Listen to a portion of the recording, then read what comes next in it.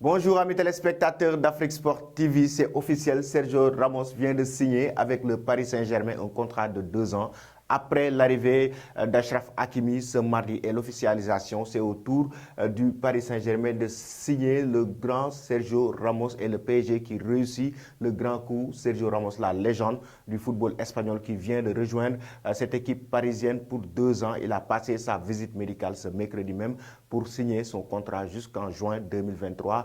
Et Sergio Ramos, son arrivée, on parle en tout cas de salaire concernant le joueur espagnol estimé à 15 millions d'euros avec la prime de signature incluse, mais aussi concernant son salaire brut net par saison, ce sera 10,5 millions d'euros selon la presse en tout cas française. Mais le joueur espagnol vient officiellement de rejoindre ce club de la capitale française et l'arrivée de Sergio Ramos au PSG, déjà en commentaire, vous pouvez nous dire qu'est-ce que vous pensez de cela, de ce transfert. Devait-il rejoindre le club parisien ou bien le PSG devait-il recruter Sergio Ramos à 35 ans? Vous pouvez nous dire, en tout cas, vous donner vos avis en commentaire. Mais aussi, l'arrivée de Sergio Ramos au Paris Saint-Germain a créé beaucoup de polémiques, surtout dans le vestiaire, selon la presse espagnole et française aussi. L'arrivée du défenseur espagnol a créé pas mal de frustration au sein de cette équipe parisienne avec certains défenseurs quand même qui se sont sentis un peu frustrés.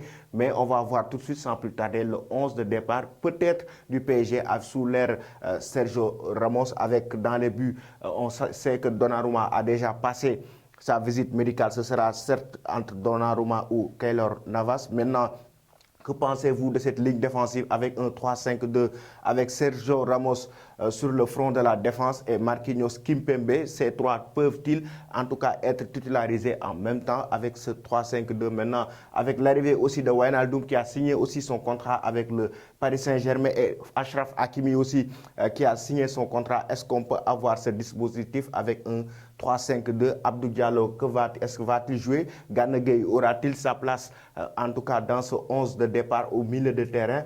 Achraf Hakimi, Bernat seront-ils des pistons en tout cas, mais aussi sans oublier l'un des joueurs en tout cas très importants de cette équipe parisienne, à savoir le joueur argentin.